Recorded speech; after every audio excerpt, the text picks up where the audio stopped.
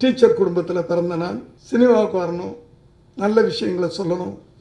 வீட்டை விட்டு ஓடியாந்து சென்னையில் பிளாட்ஃபாரத்தில் படுத்து கிடந்து 40 வருஷத்துக்கு முன்னாடி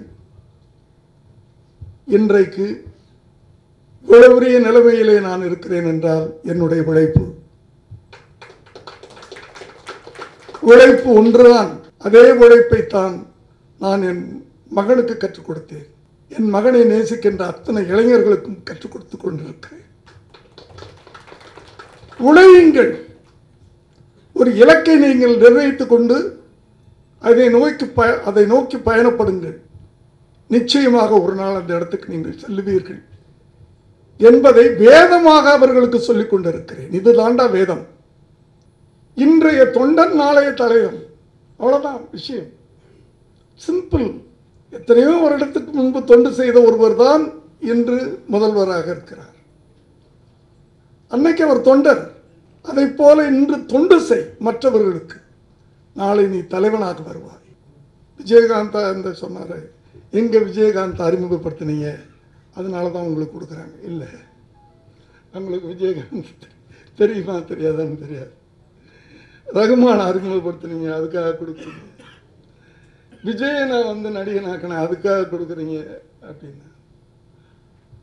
சங்கரனை அறிமுகப்படுத்தினேன், பெரிய டைரக்டர், அதனாலயா? இல்லை, என்னுடைய உழைப்பு. மீண்டும் மீண்டும் நான் சொல்லுவது, உழைப்புக்கு இறைவன் கூலி கொடுப்பான். தமிழே சரியாக தெரியாத ஒருத்தனால அடுத்த லாங்குவேஜ் போய் அங்கே வெற்றி அடைகிறேன், அந்த லாங்குவேஜை கற்றுக்கிறேன். சரி, தெலுங்கு தானே பக்கத்து லாங்குவேஜ். இன்னும் பக்கத்தில் போனேன், கன்னடம். அங்கே போனாலும் பண்ணுற படங்கள்லாம் சக்ஸஸ்ஸு. ஏதோ கொஞ்சம் கன்னடம் கற்றுக்கிட்டேன். சரி, ஹிந்திக்கு போனேன். அமிதாப் பச்சன் அப்படின்றதெல்லாம் நினச்சி பார்க்க முடியாத, ஒரு கற்பனையில் நினைத்து பார்க்க முடியாத என் படத்தில் அவர் நடிச்சிருக்கிறார்னா எப்படி? 12 வயதில் நான் டைரக்டர் ஆவேன்னு சொன்ன அந்த ஒரு வார்த்தை. எனக்கு கோயில் குளம்லாம் தெரியாது. கிறிஸ்தவ குடும்பத்திலாம் பிறந்தேன். ஆனால் அடி வாங்கிட்டே இருப்பேன், கோயிலுக்கு போக மாட்டேன். எங்கள் அம்மா காலையில் அது ஞாயிற்றுக்கிழமை எழுந்திரிச்சுட்டே அடித்து உதச்சி ரெடி பண்ணி கோயிலுக்கு போகலான்னு சொல்லுவாங்க. எங்கள் அம்மாவை ஒரு ரவுண்டு சுற்றிட்டு கோயிலுக்கு போயிட்டேன்னு சொல்லுவேன். அம்மாவோட பெரிய தெய்வம் எது? அம்மாவோட பெரிய கோயில் எது? அந்த தாயின் ஆசீர்வாதம் தான் இன்று என் குடும்பம் இப்படி இருக்கிறது. சினிமாவுக்கே போகக்கூடாது, சினிமா பார்க்குறதே பாவம்னு சொல்லிக்கிட்டு இருந்த ஒரு குடும்பம். ஆனால் கடைசி 22 வருடங்கள் அவங்க ரிட்டையர்ட் ஆன உடனே என் வீட்டில் நான் வச்சுக்கிட்டேன். ராணி மாதிரி வச்சுருந்தேன் எங்கள் அம்மாவை. எங்கள் அம்மாவை உயர்த்த கடவுள் என்ன உயர்த்திக்கிட்டே போனார். அதான் ஆச்சு. என் மகனுக்காக ஒரு இயக்கத்தை ஏற்படுத்தி அதிலே எத்தனையோ லட்சக்கணக்கான இளைஞர்கள், சைட்டில் பார்க்குறவங்களே தெரியும், அத்தனை இளைஞர்களுக்கும் விழிப்புணர்வு ஏற்படுத்த வேண்டும் என்று ஒரு இயக்கத்தை ஏற்படுத்தி அதை வழிநடத்தி கொண்டிருக்கிறேன். சுமார் 70 படங்களை நான் இயக்கம் செய்துவிட்டேன், டைரக்ட் பண்ணிட்டேன். ஆனால் இன்றும் எனக்கு ரிட்டையர்ட் ஆகிட்டேன் அப்படின்ற எண்ணம் இல்லை. இன்று வரை உழைத்து கொண்டிருக்கிறேன். அந்த உழைப்புக்குத்தான் இப்போது பலன் கிடைத்திருக்கிறது. எனக்கு திருவள்ளுவரை பிடித்த காரணம் ஒன்றே ஒன்றுதான். அவர் சொன்னதை போல, அவர் யாருன்னு தெரியாது, எங்கே பிறந்தாருன்னு தெரியாது, அவர் உண்மையான பேர் என்னன்னு தெரியாது அப்படின்னு சொன்னார். அது யாரு? இறைவனைத்தான் அப்படி சொல்ல முடியும்.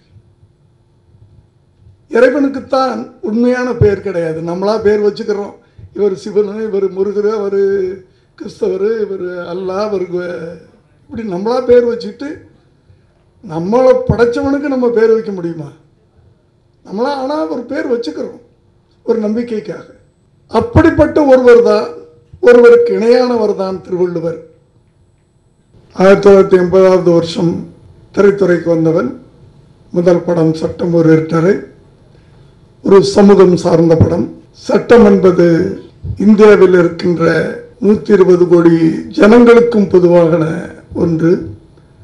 அதை பணம் படைத்தவர்கள் தனக்காக வளைத்துக் கொள்ளுகிறார்கள், ஏழைகள் பணம் இல்லாததால் அதில் மாட்டிக்கொள்ளுகிறார்கள் என்ற ஒரு கருத்தை அந்த படத்தில் ஆரம்பித்து நீதிக்கு தண்டனை, சாட்சி என்று சட்டம் சம்பந்தமான ஓட்டைகளை, என்றோ எப்போதோ உருவான சட்டம் மாற்றப்பட வேண்டும் என்ற கருத்தை திரும்ப திரும்ப திரும்ப நான் வலியுறுத்தி படங்களை எடுத்துக்கொண்டிருந்ததால் நண்பர் பேசும்போது என்னை வழக்கறிஞர் என்று சொல்லிவிட்டார்.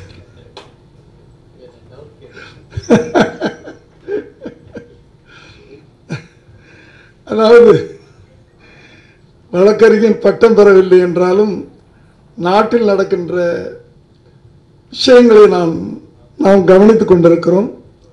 அவர்களின் வெளிப்பாடு, அவைகளின் உணர்வை ஒரு திரைப்பட கலைஞனாக நான் வரும்போது அந்த திரைப்படத்தை வெறும் விளையாட்டாக ஒரு வியாபாரமாக கருதாமல்